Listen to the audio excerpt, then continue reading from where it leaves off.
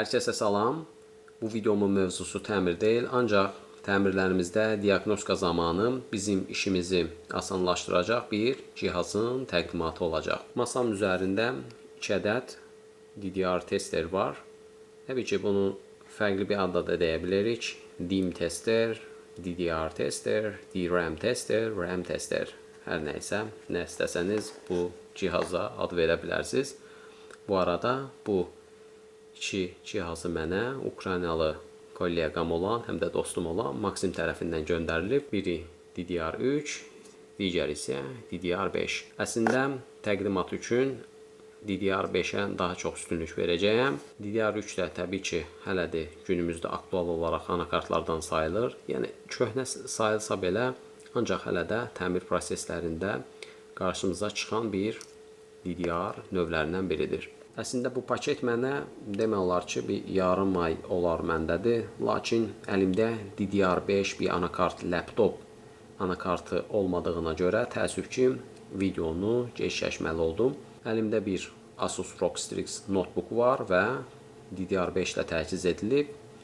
DDR3-də bir-iki anakart üzərində test edəcəyim, amma dediyim kimi əsas DDR5 üzərində videonu daha fokuslanacağam. Real testlər etmədən öncə RAM tester üzərindəki buradakı test point pinləri və daha sonra ekranımızın yanında sıralanan pinlərimizin açıqlamasını, izahını verim öncə. Daha sonra test edərik real anakart üzərində. Bu arada DDR3-ü sadəcə bir anakart üzərində nümunə üçün test edəcəyəm. Yəni ümumi olaraq onunla açıqlama verməyəcəm. Aşağı-yuxarı bununla eyni məntiqdə çalışır. Sadəcə orada biraz pinlərin də, yəni DDR5 daha son nəsil olduğuna görə burada artıq bəzi pinlər, yeni pinlər əlavə edilib. Köhnədəki pinlər artıq bu DDR5-də istifadə edilmir. İlk öncə bu hissəni izah edim. 5 voltaj test point əslində bu yaxşı haldır. RAM-i anakarta bağladığınız zaman multimetrlə və yaxud da osiloqraf üzərində burada ölçümü edə bilərik. Əsasən də SPID hub'ın clock və data pinlərinin ölçümləri üçün daha yaxşıdır burada test point-in olması. Bunları multimetrdə də ölçə bilərik. Təbii ki, clock və data osiloqrafda ölçülməsi lazımdır. İnformasiyanın oxunub oxunmadığını bilməyimiz üçün. Bizim burada ilk pinimiz, test point pinimiz 5 voltajımız. Bu əslində BMC kontrollerin əsas ana gərginliyi olaraq bilinir. Yəni RAM-in əsas ana voltajı, yəni RAM-in fazlarının aktiv olması üçün, qidalanması üçün əsas ana voltaj budur. Və bu anakart tərəfindən göndərilir. PMIC-yə, yəni power kontrollerə daxil olduğumu bunu bilməyimiz üçündür. Power enable PM kontrollerin enable siqnaldır. Bu isə power OK-dir. Bu da yenə də PMIC-yə bağlıdır. Alert pini RAM üzərində yüksək temperatur və yaxud da CRC xətası olarsa, bu logik olaraq belə deyim, tam sıfıra çəkilir. Normalda bu testerdə mən ilkin olaraq bir neçə test etmişdim. Normalda bu 0 kimi göstərilir, ancaq multimetrdə ötdüyümüzdə burada 0.01 voltaj, yəni 1 millivolt dəyərində də var. Ancaq logik tam 0 olarsa, bu pin logikal bir siqnaldır və tam aktiv olması lazımdır. Reset pinimiz də aktiv low olaraq bilinir. Yəni tam 0 olarsa aktiv vəziyyətdədir, RAM resetlənir. A0, bu A0 əslində DDR-ın 3, 2, 3, 4 seriyalarında var idi. Bu DRAM ünvan xətti olaraq bilinir. DQ0 və bunun əslində davam da var. Sadəcə bir pini burada çıxarıblar test point olaraq ölçməyimiz üçün. Bu isə yenə də əsas informasiya ana kanaldır, hansı ki RAM banklar üçün.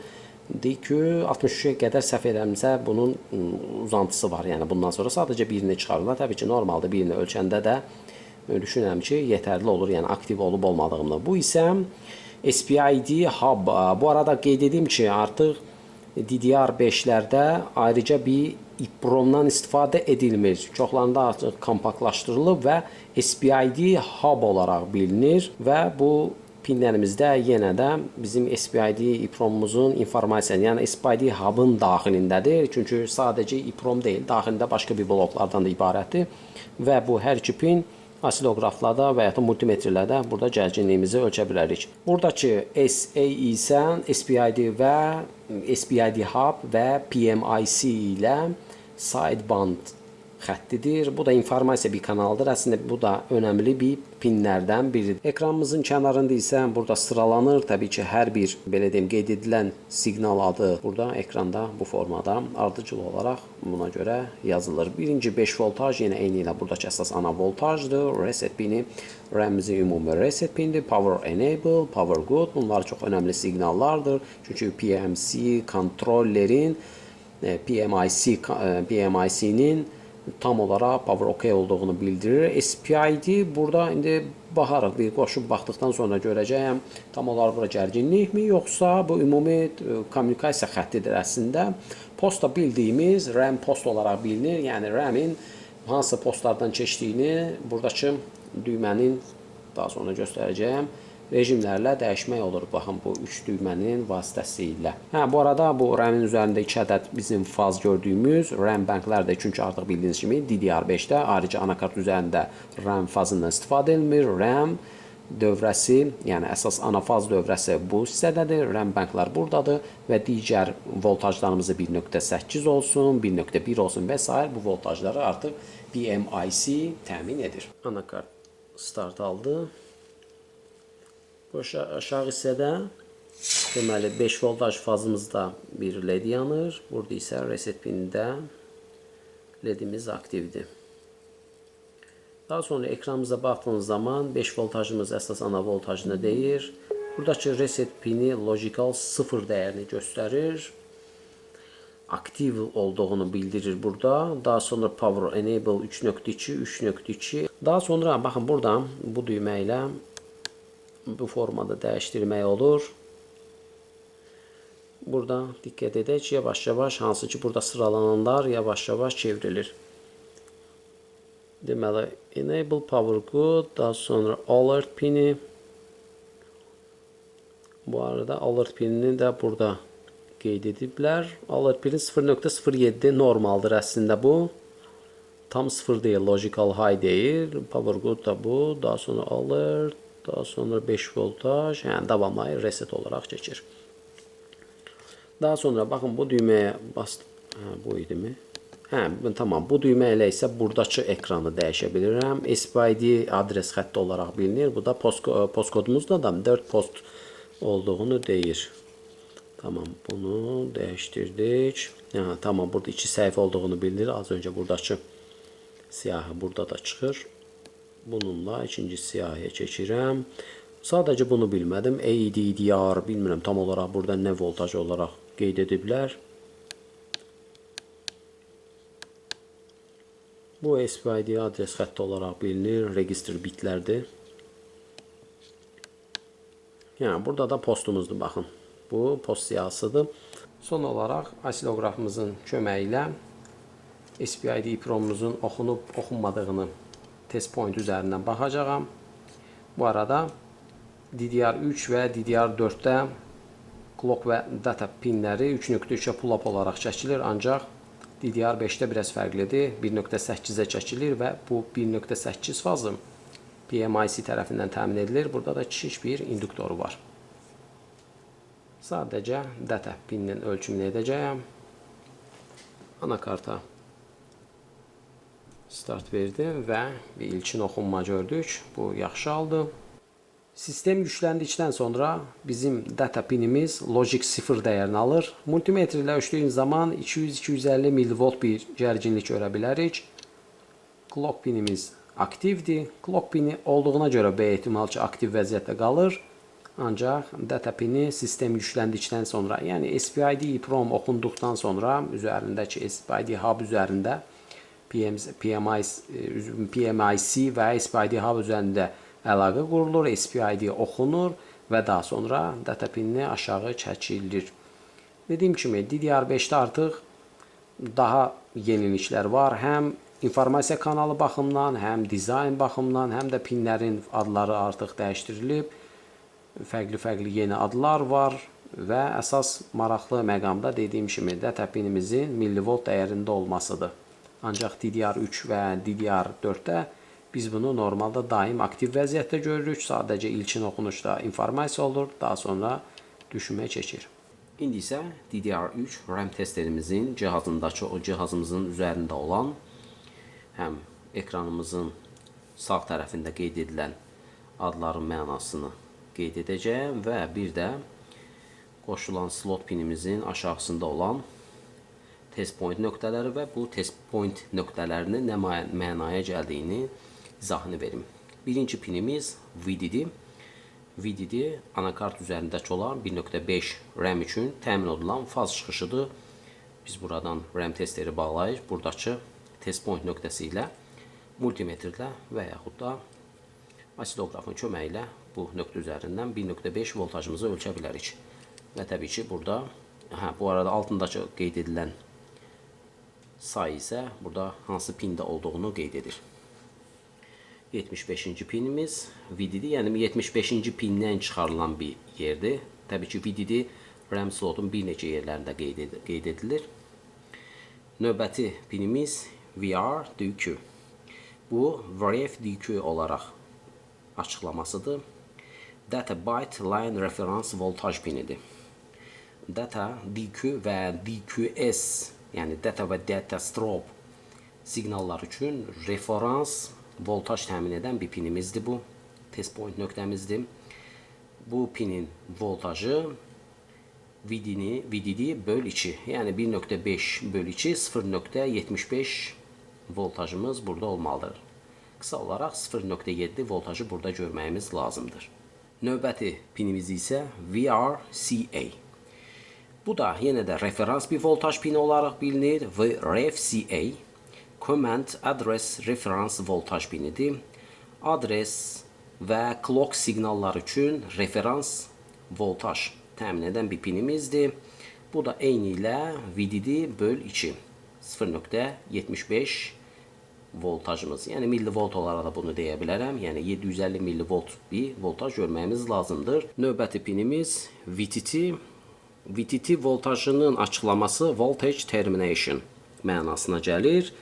DDR RAM modul üzərindəki terminasiya gərginliyi deməkdir. Bu da eyni ilə VDD böl 2, yəni 0.7 və yaxud da 750 millivolt görməyimiz lazımdır. Reset bu ümumi olaraq RAM modulun ümumi reset pinidir. Növbəti pinlərimiz bunlar əslində birlikdə sıralanan bir pinlərdir. Əsas siqnallardan biridir. A0 və A1. Bunlar adres pinlər olaraq bilinir.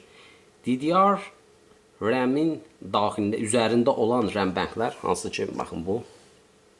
Bunun daxilindəki bloklarında sətir və sütunları adresləmək üçün istifadə olunan əsas ana pinlərdən biridir və bunun davam da var. Sadəcə nümunə üçün 0 və 1, 2 pini çıxarıblar ölçülməsi üçün və təbii ki, bunların hər hansı birində ölçərək aşağı-yuxarı RAM-lə bağlı çalışıb-çalışmadığı və yaxud da anakartda RAM tərəfindən təyin olunur, CPU tərəfindən RAM təyin olunurmu, aralarında əlaqə varmı, bu pinlərlə də biz təyin edə bilərik. Növbəti pinimiz VSP'dir. Bu VSP'dir, hansı ki, burada RAM modulun üzərindəki SPID EEPROM-un ana gərginliyini təmin edir. Və biz burada 3.3 voltajı görməyimiz lazımdır. SCL, SDA və SCA0 və SA1. Əslində, baxın, 1, 2, 3, 4. Bunların tamamı SPID ilə əlaqəli bir pinlərdir. Buradakı clock və data pinlərimizdir. Hansı ki, bunlar da çox önəmlidir. Chipset tərəfindən RAM modulumuzun üzərindəki EEPROM-un oxunması üçün önəmli I2C VSM bas kanalı üzərindən oxunmasını təmin edən əsas ana kanallardan biridir. Biri clock, digəri isə data. Bu hər iki pinləri həm multimetrlə gərginliyə baxmağımız lazımdır. Hər ikisinə 3.3 voltaj görməyimiz lazımdır və ən əsası da asiloqraf vasitəsilə hər iki kanalda informasiyanın müəyyən bir zamanda oxunması mütləq şəkildədir. Və o zaman bilirik ki, PCH və RAM üzərindəki SPID EEPROM oxunur və növbəti prosesdə artıq CPU ilə əlaqəyə keçir RAM modulumuz. Son olaraq SA0 və SA1 pinlərimiz, az öncə qeyd etmişdim, bunlar SPID EEPROM ilə əlaqəli önəmli pinlərdən biridir. Serial address pin olaraq bilinir. RAM modulundakı EEPROM, az öncə qeyd etdiyim RAM modulundakı SPID EEPROM-un I2C adresini təyin etmək üçün istifadə edilən pinlərdir, çox önəmli pinlərdir. Bu pinlərin əsas mahiyyəti nədir? Anakart üzərində bir neçə RAM slot olarsa, çünki hər RAM modulun üzərində bir ədəd EEPROM olur və baxın bu modul əslində hər slotda müəyyən bir adres tutması lazımdır. Çünki hər eyni belə deyim bu adresləmə, bu pinləri olmasaydı adresləmə deyəlim birinci slotda və ikinci slotda RAM bağladığınız zaman əslində bu hər iki kanal toqquşması lazımdır və təbii ki bu toqquşma olduğu zaman EEPROM-umuz həm oxunmaz, həm də RAM-imiz ümumi olaraq çalışmaz. Bunlar dediyim kimi SPI üçün adresləmə pinləridir. Ekranımızın sağında da qeyd edilən əslində aşağı-yuxarı burada da var. Burada VDD eyni ilə faz voltajdır. VTD yenə anakartdan gəlir 0.5. Əslində bu voltajın hər ikisi bir VRM kontrollerdən çıxır. Biri faz, biri isə sadəcə bir pin olaraq çıxışda olur. VRF bu referans voltajımızdır.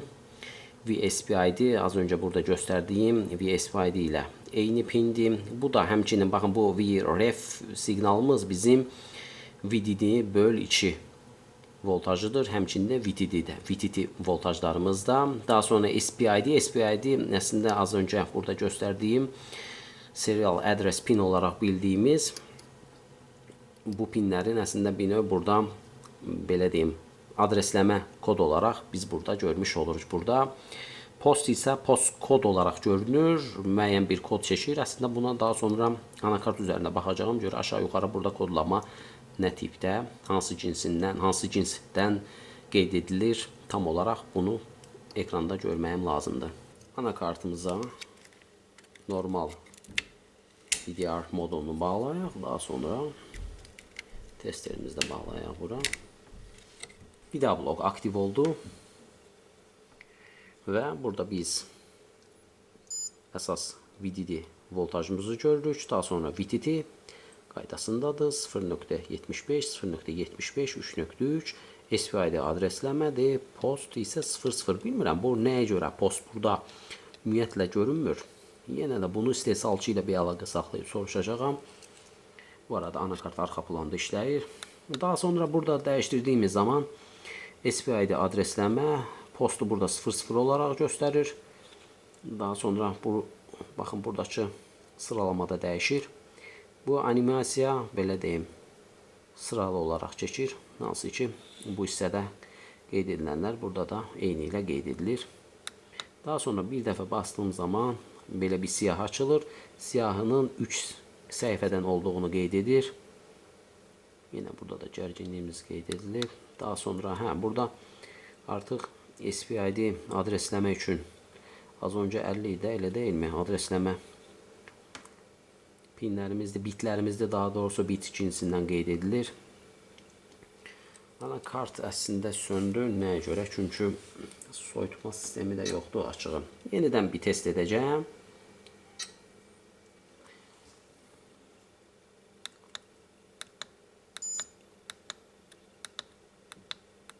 Buradan manual olaraq dəyişdirmək olur əslində. Digər buradakı pindən.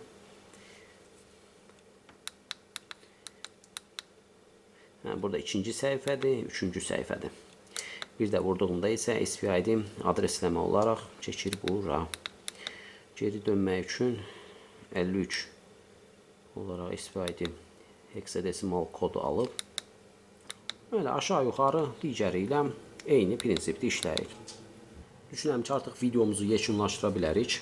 Aşağı-yuxarı üzərindəki, daha doğrusu ümumi dizayn bir-biri ilə bənzərlik təşkil edir. Elə də bir çətin bir menyuya sahib deyil. Bizə əsas lazım olan ekrandakı belə deyim gərginliklərdir. Əgər ekstra daha irəli səviyyə prosesləri ölçmək üçün buradakı test pointlərdən istifadə edə bilərik. Bu interfeysi xoşuma gəldi. Çünki biri var buradakı gərginliklər. Çünki elə bir şey var ki, misal buradakı gərginliklər RAM-in həqiqi olaraq təyin edildiğini bildirməz. Ancaq buradakı biz test point nöqtələri ilə asilograf üzərində ölçüm edərək həqiqətən CPU, PCH arasında RAM modulu işləyirmi, işləməyirmi onu daha rahat təyin edə bilərik. Bu qədər. Əgər bu moduldan yəni real testlərində göstərdim. xoşunuza gələrsə, işinizi daha da irəli səviyyəyə aparmaq istəyirsinizsə, təbii ki, tövsiyə edəcəyim bir modullardır. Daha rahat, çünki birbaşa RAM üzərindən pinləri təyin etmək, bar falan olmadan rahat şəkildə, çünki test point nöqtələri açıqdır, adları qeyd edilib, ekranı var, rahat şəkildə istədiyimiz gərginlikləri, RAM-in əsas ana gərginlikləri ekranımız üzərindən də oxuyub və analiz edə bilərik. Sifarişiniz olarsa, təbii ki, linkdə paylaşacağam. Sifarişlərinizi Maksimə bildirərsiniz. Türkiyəyə bilmirəm, göndərmə varmı yoxsa yox, onu Maksimlə danışmağınız lazımdır. Təbii ki, dediyim kimi link paylaşma edəcəyəm. Ancaq Azərbaycana rahat şəkildə bu cihazları göndərmək mümkündür. Bu qədər. Növbəti videomuzda görüşərik. Sağ olun.